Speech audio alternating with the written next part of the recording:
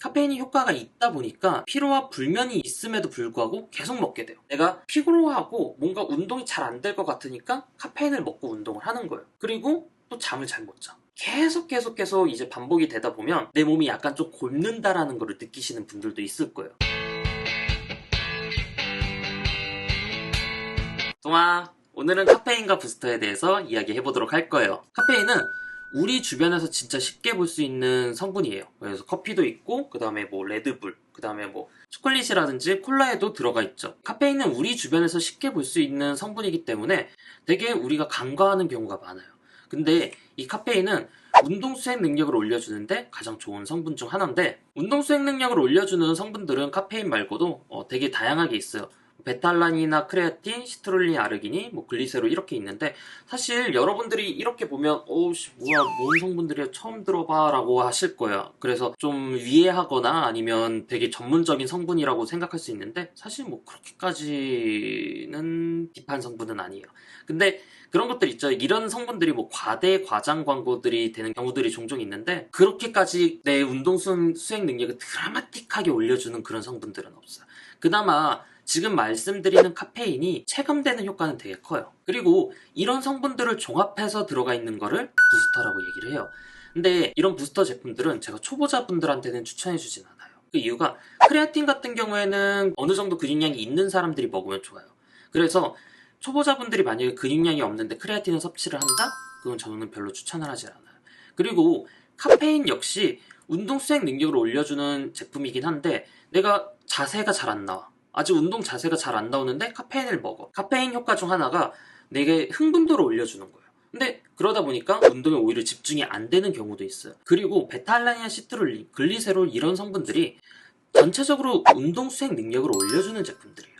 그렇기 때문에 운동 자세라든지 그런 것들이 확립되지 않은 상태에서 섭취하기 시작하는 것은 저는 별로 좋지는 않다고 생각을 하고, 어느 정도 내 자세라든지 그런 것들이 나온 다음에 섭취를 시작을 하는 게 좋죠. 카페인의 효과는 각성과 이제 유산소 수행 능력 향상으로 두 가지로 볼 수 있는데, 첫 번째 각성부터 얘기를 할게요.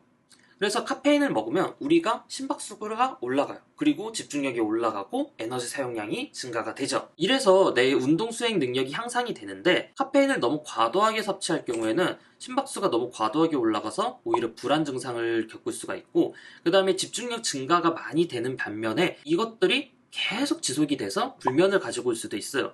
그리고 에너지 사용량이 증가가 돼서 내가 이제 다이어트라든지 혹은 에너지를 사용을 할 때 더 좋게 활용을 될 수도 있지만, 피로도도 같이 증가가 되기 때문에 이런 부분도 고려를 해줘야 돼요. 그래서 카페인 같은 경우에는 잘만 활용을 하면 되게 좋은 성분이기도 한데, 이러한 부작용도 가지고 있기 때문에 이런 부분을 인지를 하고 있어야 돼요. 그리고 소화기관을 자극하고 그 다음에 이뇨작용이 있죠. 그래서 탈수가 올 수 있어요. 카페인 같은 경우에는 만성적으로 섭취 효과가 반감이 되는데, 이게 효과가 반감이 되니까 더 많은 카페인을 이제 섭취를 하게 돼요. 근데 이렇게 섭취량 증가가 계속적으로 이루어지는 거는 당연히 좋지는 않아요. 왜냐하면 이런 부작용들이라든지 피로도 증가라든지 그런 것들은 더 계속 올라가기 때문에 섭취량은 증가를 시키지 않는 게 좋아요. 그래서 만약에 내가 만성적으로 섭취해서 효과가 반감이 되었다라고 하면 휴지기를 갖는 것을 추천을 해주죠. 두 번째 효과는 유산소 수행 능력 증가인데, 이거는 되게 조금 재밌기도 해요. 앞에서 말한 효과 같은 경우에는 각성이잖아요. 근데 유산소 수행 능력도 이제 같이 증가가 되는데, 요 같은 경우는 효과가 반감이 없어요. 그래서 카페인 같은 경우 혹은 커피 같은 경우 마라톤이나 아니면 자전거를 타시는 분들이 되게 선호를 많이 하세요. 그래서 사이클 타시는 선수분들이라든지 아니면 아까도 말했듯이 마라톤 하시는 분들이 운동 전이라든지 아니면 중간중간에 커피를 섭취를 되게 선호를 하세요. 카페인의 섭취량은 개인마다 조금 다른데, 이론적으로는 체중당 3에서 6mg 정도 섭취를 하라고 해요. 근데 이거는 꼭 그렇게까지 되지는 않아요. 체중이 진짜 많이 나가시는 분들이 그러면 내가 만약에 100kg가 나가, 그러면 600ml를 먹어야 되나? 실제로 그렇게 먹으면 막 심장 벌렁벌렁벌렁 하고 막 손 덜덜덜덜 떨리고 막 땀 흘리고 쉬고 그래요. 그래서 적정 섭취량은 그냥 200에서 250mg 정도고, 그 다음에 사람마다 이게 민감도가 근데 좀 큰 편이에요. 어떤 사람들은 진짜 조금만 카페인 먹어도 막 잠도 못 자고 되게 고생하시는 분들도 있고, 어떤 분들은 막 400, 500 이렇게 먹어도 별로 효과가 없는데 그렇게 느끼시는 분들도 있어요. 그리고 카페인의 형태에 따라서도 조금 다르긴 한데, 정제 카페인이라든지 부스터 제품 같은 경우에는 작용이 매우 강해요. 빠르고. 그래서 만약에 내가 카페인을 처음 먹는다라고 하면 반 정도, 반 서빙만 처음에 먹고 그 다음에 조금씩 섭취량을 늘려나가면 좋아요. 그 다음에 섭취 방법으로는 소화가 다 된 상태에서 섭취하는 것을 권장을 해요. 카페인이 위와 소화 기관을 자극하기 때문에 식사 후 2시간 후, 그 다음에 지방이 많은 식사를 먹었다라고 하면 뭐 3시간에서 4시간 후에 섭취를 하는 것을 추천을 해드려요. 그리고 얘가 소화 기관을 자극하기 때문에 만약에 내가 밥 먹고 나서 바로 운동을 한다라든지 카페인을 먹고 운동을 한다라고 하면 고강도 운동을 했을 경우 특히 불편할 수가 있어요. 그리고 여담으로 노익스라는 제품이 있어. 보통 그 제품을 먹고 나서 화장실에 되게 자주 가는데 이게 위대장반사라고 해서 노익스 제품 같은 경우에는 카페인에 게다가 탄산까지 약간 좀 들어가 있는 제품이에요. 그래서 이거를 먹으면 좀 화장실로 막 가시는 분들도 있죠. 이게 위대장반사로 그렇게 돼요. 그리고 운동 30분 전에 섭취하는 거를 제가 추천을 하는데 섭취 후에 천천히 웜업을 해주시면 좋아요. 운동 30분 전에 섭취해야 된다고 해서 섭취하고 30분 있다가 운동 가는 게 아니라 섭취 후에 좀 웜업하고 스트레칭하고 그 다음에 본 운동에 시작을 하시는 게 좋아요.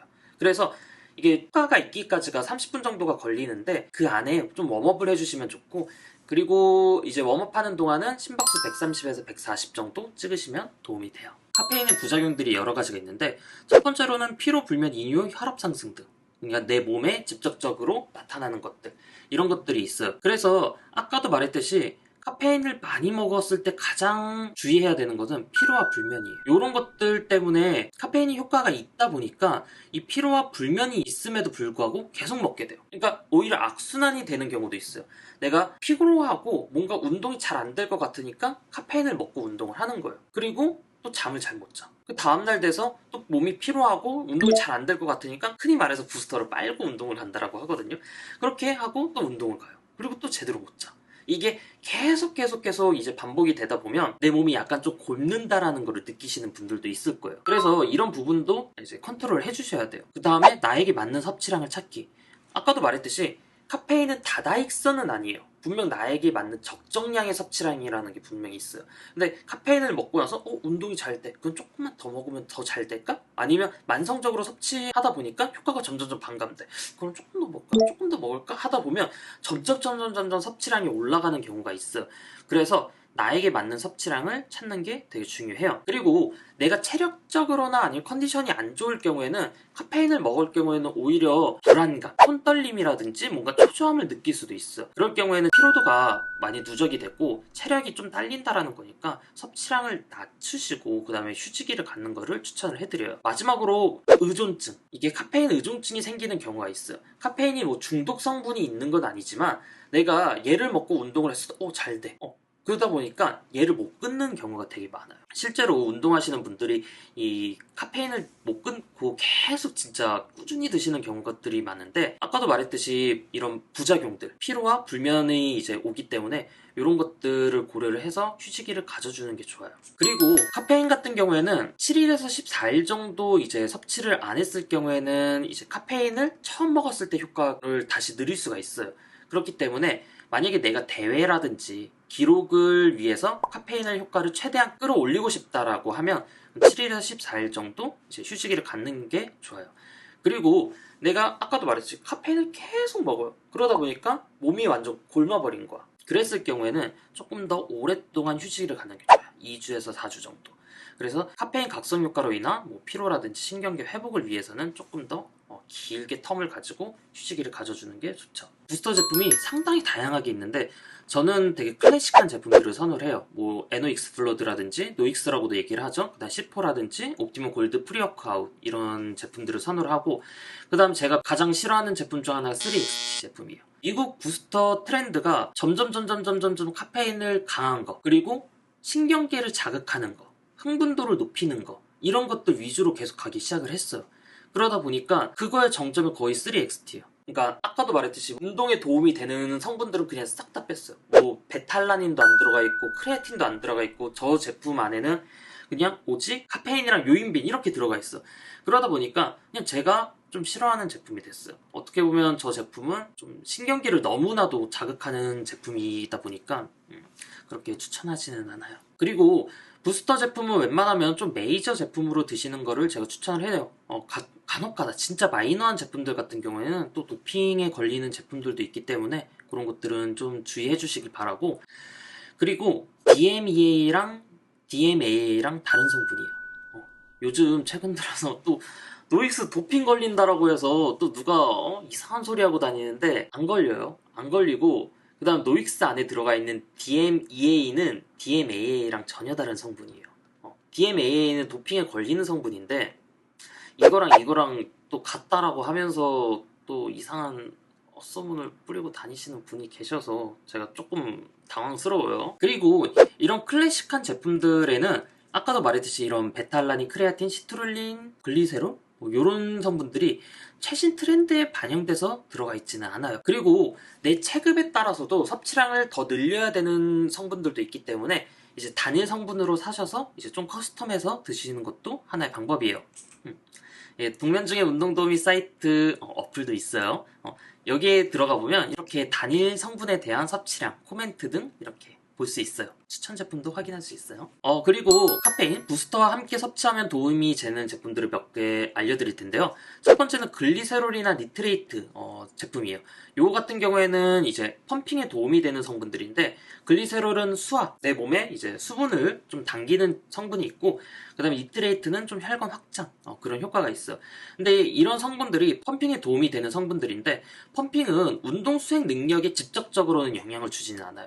근데 펌핑이 잘 되면 거기에 이제 자극이 잘 돼서 내가 운동에 대한 집중도가 올라갈 수 있는 장점이 있죠. 그 다음에 이제 티크린이라고 카페인과 비슷하지만 좀 더 약하고 스무스한 성분이에요. 카페인 같은 경우에는 섭취하고 나서 이제 훅 떨어지는 게 있어요. 이제 정제 카페인 같은 경우는 확 올라갔다 확 떨어지는데, 이 티크린 같은 경우는 조금 더 스무스하게 이제 떨어지죠. 그렇기 때문에 카페인의 효과를 길게 좀 끌고 갈 때 도움이 돼요. 카페인과 함께 섭취한다면 50에서 100mg 정도 추가 섭취하면 도움이 되고요. 테아크린 같은 경우에는 아까도 말했듯이 좀 스무스하게 떨어지고 길게 작용이 되다 보니까 저녁에 운동하시는 분들은 섭취를 좀 지양을 하시는 게 좋고, 이게 이렇게 다소 이렇게 좀 길게 가는 효과 때문에 다이어트 하시는 분들한테는 조금 더 도움이 돼요. 그래서 아침에 내가 일과를 시작을 할 때 커피와 티크린을 같이 섭취를 하시면 카페인의 효과를 조금 더 길게 가져갈 수 있고, 그 다음에 훅 떨어지는 거 없이 가져갈 수 있죠. 그리고 카페인과 테아닌의 조합은 조금 요거는 재밌어요. 이제 카페인은 흥분도를 올려주잖아요. 근데 테아닌은 좀 진정시켜주는 효과가 있어요. 그래서 정반대의 효과이기 때문에 오히려 좀 안 좋지 않을까요? 라고 물어볼 수 있는데, 이게 카페인을 섭취를 하면 막 과도하게 흥분이 되고 막 오히려 아까도 말했듯이 불안이라든지 이제 그런 증상이 있는데, 이 테아닌이 그거를 좀 잡아줘요. 그렇기 때문에 딱 집중도가 올라가는 효과를 볼 수가 있는 거예요. 그래서 카페인과 테아닌을 섭취를 하면 집중도가 올라가는 이런 시너지 효과가 있어요. 테아닌이 내가 뭐 과도하게 이제 흥분되는 거라든지 그런 것들을 막아주기 때문에 불면증이라든지 좀 정서적으로 스트레스 받는 분들한테도 추천이 되는 성분이에요. 카페인과 크레아틴, 예전부터 되게 말이 많았던 이제 조합이에요. 왜냐면 카페인은 이제 이뇨작용이 있고 크레아틴은 물을 끌어들이네? 그래서 두 개가 정반대일을 하기 때문에 같이 먹으면 안 좋다 뭐 그런 얘기들이 있는데, 그냥 딱 잘라서 얘기를 해서 같은 타이밍에만 안 먹으면 돼요. 카페인은 보통 운동 전에 먹죠?